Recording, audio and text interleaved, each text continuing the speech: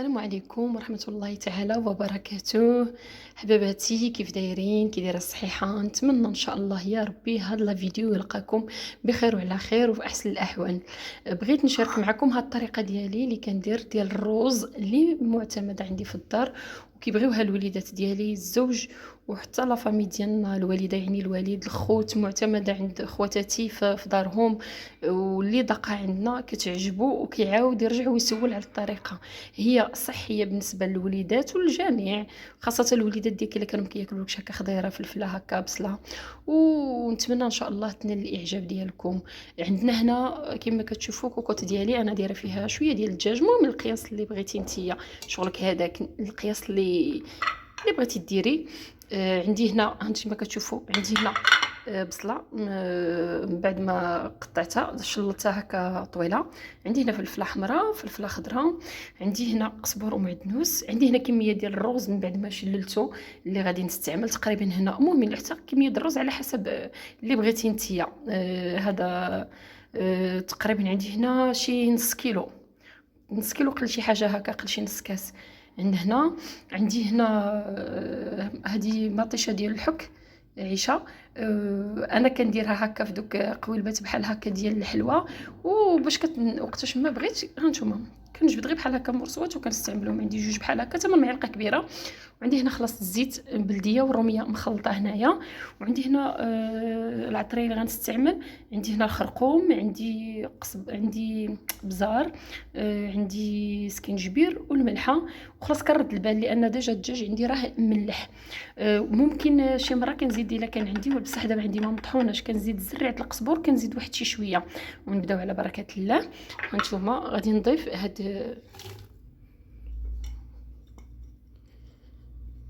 البصله ديالتي وهاد الفلفله ديالتي وكوكوت ديالي، نحطها فوق البوطه كما كتشوفوا. نجد عليها البوطه،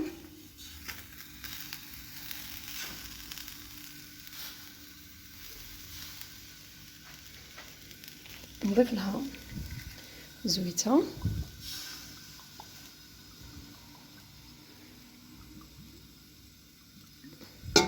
كما قلت لكم هنا الزيت عندي مخلطه بين بلديه وروميه. نشحر الدجاج ديالي، نشحرو مع هاد الفلفله ومع هاد الدجاج هذا، نخلي الفار يطلع فيه كما كتشوفوا. هانتوما راه هاد الدجاج ديالي انا حركته، راه شحرت ليا هاد البصيله مع هاد الفلفله.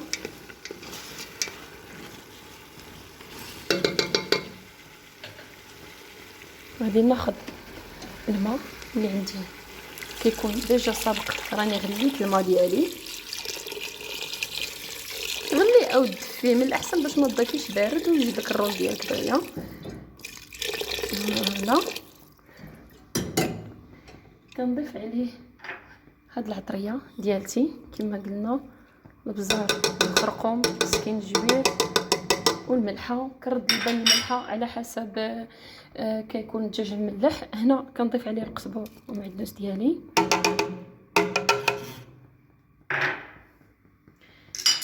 هنا كنضيف الروز ديالي، الكميه ديالتي كامله كما كتشوفوا معايا.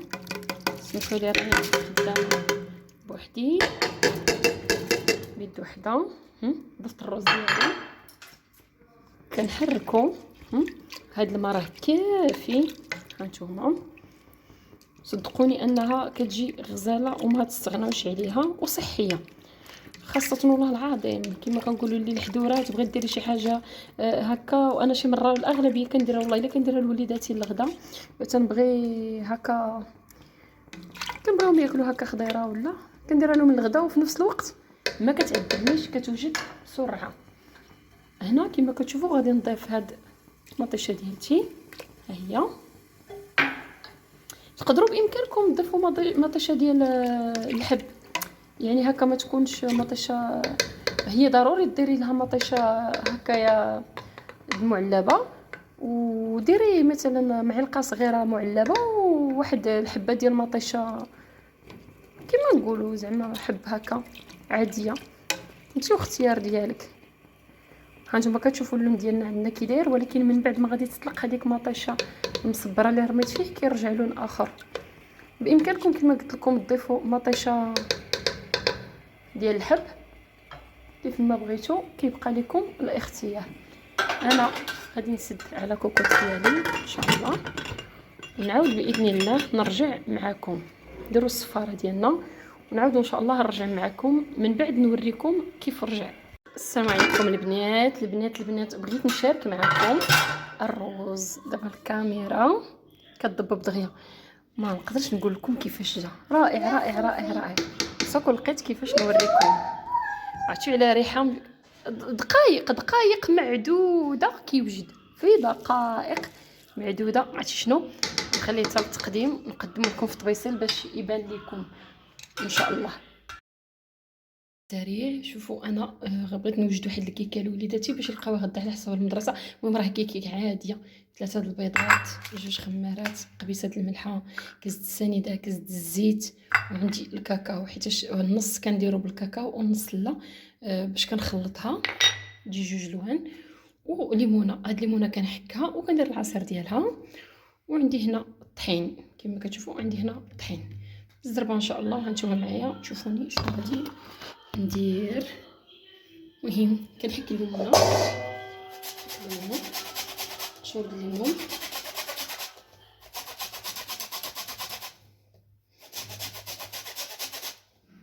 هنا البنات عوض ما ندير الفاني، وما عرفتش المهم ما كيعجبنيش الفاني، مشيت نادرا تقريبا وقيلا درتو مره واحده في حياتي ولا 2 مرات.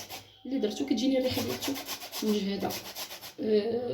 كنفضل نسم بقشور الليمون. حاجه واحده اخرى بالنسبه لقشور الليمون، واحد المره كنت كنصاوب كيكه كامله بالشوكولا، وقالت لي الوالده، شافت لي الوالده كنسم بالليمون بالقشره د الليمون. قالت لي واش الليمون غادي تنسمي به والكيكه غديريها بالشوكولا؟ قلت لها ايه راه كيجي زوين. قالت لي ما كنظنش. عرفتي والله العظيم من عجباتها، قالت لي مزيان، وحتى هي ولات كتنسم بالقشور ديال الليمون من الاحسن. وكل خاص الاذواق لا تناقش، كل واحد والذوق ديالو. هذا ما كان. نحط الليمونه ديالي هنا.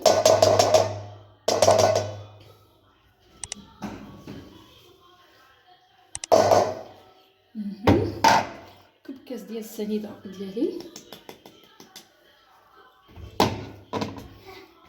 نكب كاس ديال الزيت ديالي. ماما البيضة. واخا ماما سير وانا غنعيط لك، سير سناني في البيت واخا حبيبي.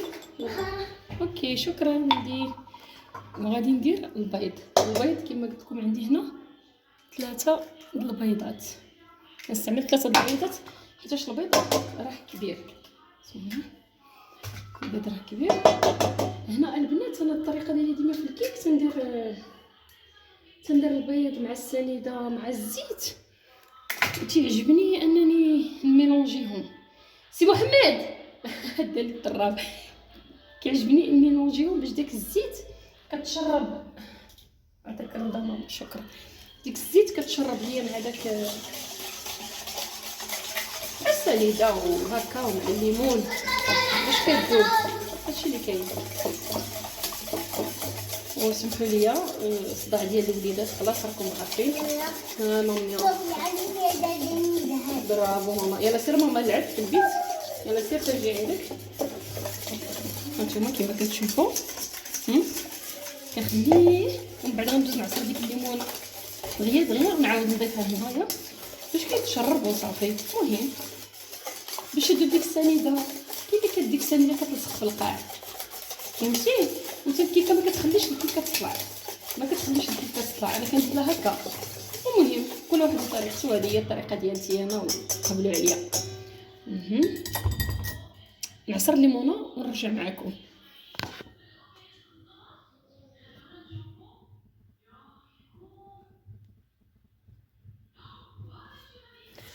ياتي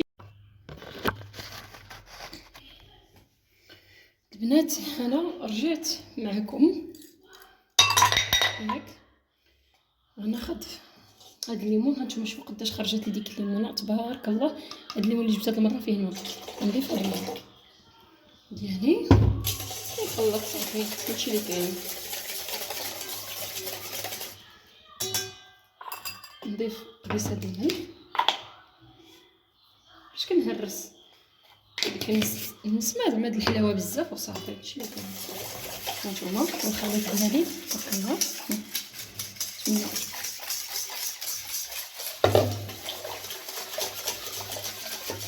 نتوما صبروا معايا حيتاش ولدي هرس ليا ديك العصا نسيت فيه. ايوا انا ناخذ واحد اخر ان شاء الله حتى دابا راه تميلونجي الليمون ديالي مزيان. غادي ناخذ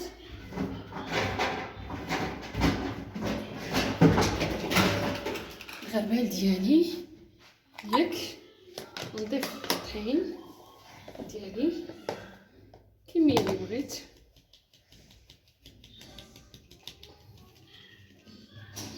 كما كتشوفوا ونحرك.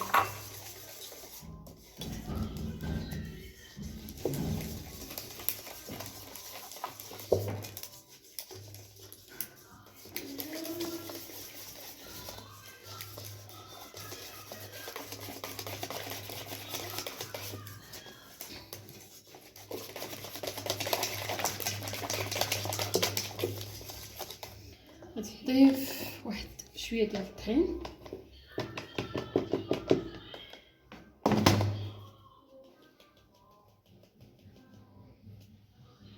نكمل. المهم هانتوما البنات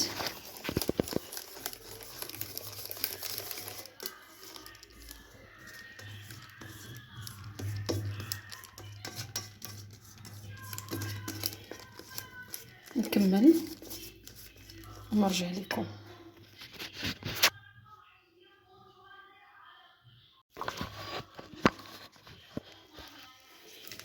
البنات بغيت نقول لكم على انني هاد اللحظه انا حتى كيولي هكا كما كتشوفوا الخليط ديالي كيتجانس عاد كنضيف الخمارات كنخليهم هما التاليين. المهم كل واحد وطريقته. انا هذه هي طريقتي، ما كنديرش خمارات في الاول، هذه هي طريقتي. وما كندهنش المول من الاول باش كنضيف الخمارات وتنحرك وتجانس ليا العجين ديالي. عاد كنمشي ندهن المول وندير فيه الزبده والطحين خلاص عادي كما كل سيده كدير. وعلاش وكنخلي هاد العجين ديالي بحال طلق فيه ديك الخميره. فهمتوا هادشي اللي كندير، كنخلي داك العجين ديالي تطلق فيه الخميره.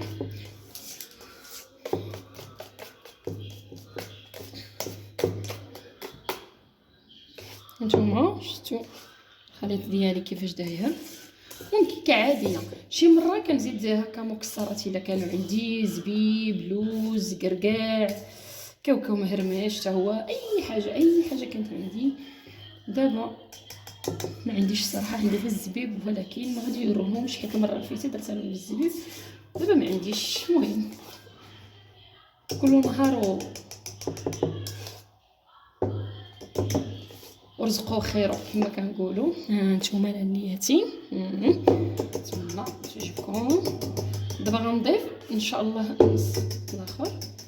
غادي هانتوما كما كتشوفوا هاد الزلافه عندي هنا. هانتوما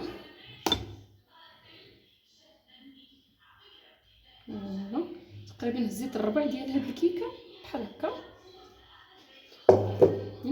هانتوما هاد عندي كاكاو تما كاينه ياك، عندي الكاكاو هنا راه مغربل. هانتوما عندي كاكاو هنا، الكاكاو الكاكاو ها هو دا راه مغربل. اودي اللسان ما فيه عذبو. تقريبا معلقه كبيره تكون عامره. ها هي حبيبي سير سناني في البيت ماما ونجي نعطيك اللي بغيتي. هي واحد شويه نقرب نسالي ونجي عندك واخا. يلا وسير صاحبي كون بعقلك. هانتوما الميلونجي هذه كامله.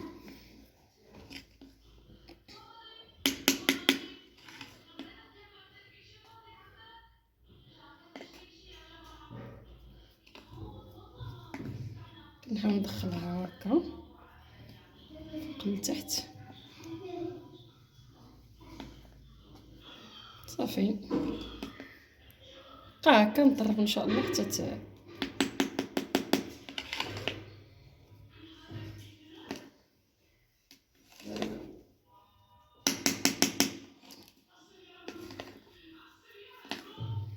نتوما نزيد ميلونجي مزيان ونرجع معكم باذن الله.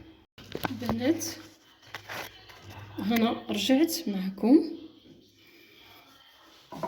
هانتوما الخليط اللي خلطت بالكاكاو ها هو هذا. هادي واخا ماما نسالي ونجي عندك واحد. عطيني 5 دقائق حبيبه تعطيهم لي.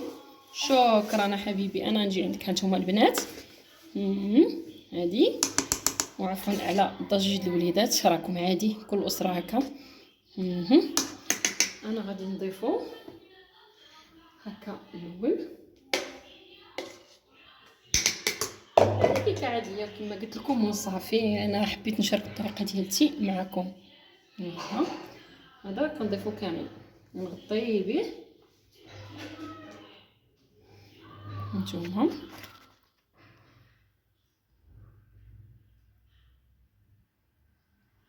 كيك ديالي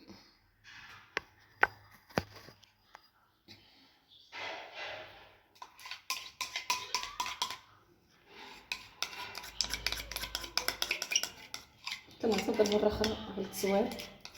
نتمنى إن شاء الله المرة الجاية في التصوير القادم بإذن الله أو الوصفة ما كانت اللي غادي نشارك معكم كون خديت العسل.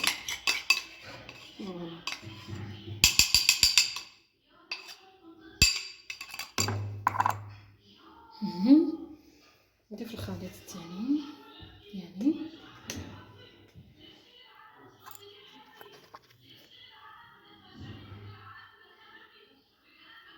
كنحاول نغطي هاد الكاكاو ديالي.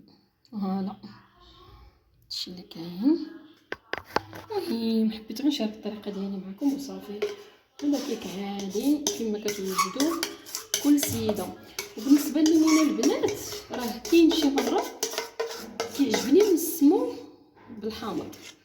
والله الا البنات الا كيجي غزال كنسمو بالحامض وطما ما كتنسمو لنا بالحامض.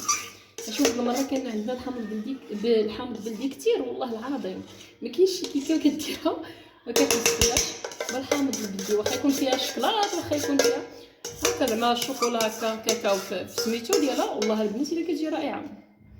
صافي هانتوما البنات انا غادي ان شاء الله ندخل الكيكه ديالي الفران وان شاء الله نوريكم الشكل النهائي مع الرز طبقه الرز اللي قدمت لكم. السلام عليكم ورحمه الله تعالى وبركاته. البنات بغيت نتقاسم معكم خاصه الامهات بغيت نتقاسم معكم هذه الوصفه لانني داخله في واحد الجروبات مع البنات في لاباج فيسبوك وكاملهم تلقاهم كيسولوا خدينا الدواء وليداتنا كحه مازال فيهم الصدر ديالهم عامر ما بغاش يخوى فهمتي وكنكتبها لهم في سبيل الله وفي نفس الوقت قلت لا علاش ما نبارطاجيهاش مع المتابعين ديالي. هذه الوصفه كما كنقول لكم ساهله ماهله وفوائدها غزالين والله العظيم الا غزالين. هذه انا راني هذه الوصفه هي اللي ما كتخطانيش لوليداتي. علاش؟ لانني كنت ديجا مرضي الوليد ديالي مده تقريبا 4 شهور وانا كنشري له كل مره دواء ولكن بحال تنكب الماء في الرمله. حتى كنت ديك الساعه في دارنا الركوزه ديالتي اتصلت بيا في التليفون كتسول على الوليدات وقلتها لها قالت لي يا ودي اش غديري راه واحد البنيته ديالنا كان ديما الكحه هكا حتى الله يستر كون زادت شويه يشدها لازم كتضيق بالليل ما كتنفش وصافي وديما هازينها للطبيب. وهاد الوصفه هذه عطاتها لها واحد المراه كبيره والوصفه جابت معها نتيجه ومن ديك الساعه انا كنستعملها لوليداتي وفي ظرف يومين ولدي ولا مخير كما يكونوا وليداتكم. هنا كما كتشوفوا عندي بصله حمراء عندي 2 بصيلات صغيورين هانتوما قطعتهم على 4 هكا ياك نديرهم في هاد الماء ديالنا وكنحطهم فوق البوطه وكنخليهم يطبخوا يغليو مزيان حتى راه كيبان لكم اللون ديال الماء تبدل وكتعرفوا الحاجه فاش كتطبخ حتى كتبقبق بحال هكا. والبصله كما كنعرفوا صحيه وغزاله وفوائد ديالها راه لا تعد ولا تحصى. وكاينين الناس اللي ما يقدروش ياخذوا مثلا هكا العصير ديال البصله هكا صراحه كدير على الوليدات كتجيهم قاصحه على الكبار للصغار. وزيد على ذلك انك هاد البصله هادي هذا هكايا فاش كتضيفي عليها المكون الثاني اللي هو عندي معكم غنتقاسموا هو العسل. من بعد ما كتوجد هاد الوصفه عوض ما كنحليها بالسكر للوليدات كنعطيهم العسل. ما كانتش كان انا المره الفايته راه ما كانش موجود عندي العسل، كنت كنحلي بالسكر باش نجيكم نيشان. انا شربتها بلا سكر، ما بغيتش نشربها محلات. وبالنسبه للوليدات ديالي ما غاديش ياخذوها لي هكا كما كنعرفوا، حليتها بالسكر. ومن بعد كنت بديت كنحليها لهم بالعسل حيت كانت عندي وصراحه تقادت. وهاد العسل يلاه كي جابها لنا الصديق ديال الزوج ديالي، الله يعطيه الخير والله يجعلها له في الميزان ديال الحسنات ديالو. هذه ثاني مره كيعطينا والله يجزيه بخير. راه دقتها عرفتي لا المره الفايته لا هاد المره كنعطينا 2 قريعات، وهاد المره قريعه الله يعطيه الخير. عرفتي راها غزاله غزاله غزاله، واحد العسل ما نقول لكمش يا البنات رائعه. المهم انا غنحط الكسرونه ديالي فوق البوطه كما قلت لكم، ونخلي البصله ديالتي تطبخ وغنحليها ونعطيها لوليداتي. وان شاء الله يا ربي تجيب معكم هذه الوصفه مفعول ديالها وتكونوا بخير وعلى خير، والصدر ديال وليداتكم كونوا متاكدين غادي يخوى. انا غادي نحط الكسرونه ديالي فوق النار ونتسنى على ما تغلى ونرجع لكم. ها هي البصيله ديالي كتطبخ، ها هي طبخات، شفتوها هي طبخات. غنخليها تبرد ياك ونحليها بالعسل ونعطي لوليداتي. هي وجدات هانتوما كما كتشوفوا. شوفوا ديك الحموريه ديالها راه دبالت البصله، تخليها حتى كتدبل. ها انت ديك الحموريه ديالها راها مشات، ها دبالت البصله. وتا اللون ديال الماء، شفتوا اللون ديال الماء؟ شفتوا اللون ديال الماء؟ نمسحوا الكاميرا. شوفوا اللون ديال الماء. هانتوما قبيله راه كان الماء ما عندوش اللون، دابا راه دار داك اللون ديال ديك بلون كاسي صفيفر بارد بحال هكا. هانتوما والبصيله ديالنا، هانتوما البصله كما كتبان لكم، هانتوما راها كما نقولوا بهاتت اللون ديالها ودبالت. وبالشفاء ان شاء الله للجميع. هانتوما شوف اش غندير. يمكنكم تستعملوا الصفايه، غير انا عجز العجز. هانتوما ها هي طحت ديك القشيره تنحيدها. هاي ماما ماما عمري اوكي ماما سنة. هانتوما ونحليها بالعسل وهي سخونه اولا بالسكر اللي عندكم، وهي سخونه ياك وهي سخونه يا البنات يا نبياتي. نحليها وهي سخونه. كنعتذر عرفتوا فاش تكونش عندك العصا ديال السيلفي راه كتعذبي. هانتوما يا لالياتي ها هي غنحليها دابا ياك. غندير شوفوا ها هي العسل اللي قلت لكم ما شهيتكم البنات. غزاله غزاله غزاله. انا حتى في الفطور كان غزاله ماما كل غزال قول لهم بنات غزال. هانتوما كنحلي بها تندير حتى معلقه صغيره لواحد في الكاس ديال الحليب ديال الصباح لوليداتي. الحليب ماشي ديما كنعطيهم الحليب، مره نعطيهم الحليب مره اتاي. مي كنفضل نجنب لهم الحليب كثير بزاف لوليدات ديالي. كندخلوا لهم في عصير ولا في حوايج اخرين، ولكن كحليب بزاف على الصباح فاش كيكونوا غاديين يفطروا كنجنبوا. المهم ها بلا ما نكثر عليكم الهضره، ها هي العسيله ديالتي كما قلت لكم راها غزاله. هانتوما ما شاء الله. شوفوا العسل كي داير، شوفوا العسل فنه. نتوما نحلي هاد الكاس هذا. يا سلام نخلي هاد العسيله ديالتي تطلق فيه ياك تطلق هاد العسيله مع نتوما. شوفوا كوكو امير. نتوما نحيد هاد القشيره ديال قبيله فوالا اللي تستات عندي هنا. نتوما هاد العسل ترخى وحتى يتبرد بمره. كيعطيلهمش حتى دافيه، قلت تعطي لهم دافيه عطيها، لكن غير باش نتجنب ديك الريحات باش ما تجيش الوليدات ديالتي. انتي واخا هي الصراحه نشوف نشم والله ما كاينه شي ريحه قاصحه كتمشي منهم ديك الريحه القاصحه، ومع العسل ما شاء الله كتجي غزاله ما نقول لكمش. ومتي انا كنتجنب الان بحالي انا ناخذها هكا سخونه ممكن دافيه. بالنسبه للوليدات كنخليها حتى كتبرد وكنعطيوه تنوقف عليه تنقولوا قرقبوا فهمتي قبل ما يشم ديك الريحه باش ما يبغيش ياخذوا لي ولا شي حاجه. كنوقف عليها. نتوما شفتوا البنات نتوما هكا. وماذا بكم تعطيوها للوليدات في اخر لحظه غيدخلوا للفراش. ماذا بكم تعطيوها لوليداتكم في اخر لحظه غيدخلوا للفراش. هانتوما ها هي وجدات. والله البنات تريح. امير دوقو ماما دوقو زوين تجمع الدقه دوقو زوين. اجي دوق امير ولدي هرب منا. البنات عرفتوا والله الا دقت بسم الله ورائعه رائعه رائعه رائعه. ما شميتش فيه الريحه انا والو جاتني عاديه بالنسبه امير غيت بالنسبه للوليدات غادي عارسه ماما بلاتي بالنسبه للوليدات ديالكم شويه يقدر يهربوا لكم منها ولكن يولفوا راه غيبقاو ياخذوها. ونتمنى يا ربي ان شاء الله بالشفاء لوليداتكم وليدات جميع المسلمين. راه بنادم ما تيبقاش يكح هذيك التعسيله ديال السكر سوا السكر سوا العسل شنو ما درتو مع هذا البصله كترطب اولا الحلق تيرطب ما كتبقاش ديك الجرحه اللي كاينه في الصدر. صدقوني انها ما كتبقاش والصدر كتخوي الصدر في ظرف يومين. انا ولدي بعدا في ظرف يومين ووليداتي كاملين الزوج كلنا الصراحه حتى الدار ديالنا كيستعملوها اختي الوليدات في ظرف يومين. الحمد لله والشكر لله ربي جاب الشفاء. فتره انني كنت كندير لوليداتي مده 4 شهور وانا كندير الامير الدواء ما خليت لا الدواء الرخيص لا الدواء الغالي لا اللي 100 درهم لا اللي 20 درهم لا اللي 30 درهم والو ما جابش معاه نتيجه لا اللي حقا هادو غير مكملات لا والو.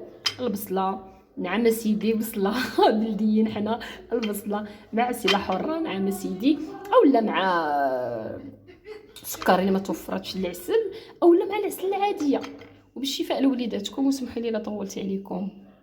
انا رجعت معكم. ها هو الطبق ديالي الرئيسي كما قلت لكم ها هو بالحامض نسمتو وبالحار. الزوج ديالي عز عليه بالحامض والحار واللي ما بغاش نسموه لكم الاختيار. وها هي الكيكه ديالي كتجي غزاله نتمنى تعجبكم. كما قلت لكم كيكه عاديه وفي المتناول الجميع زعما الكيكه العاديه المتناوله دائما كيديروها السيدات. شاركت معكم الطريقه ديالي وصافي.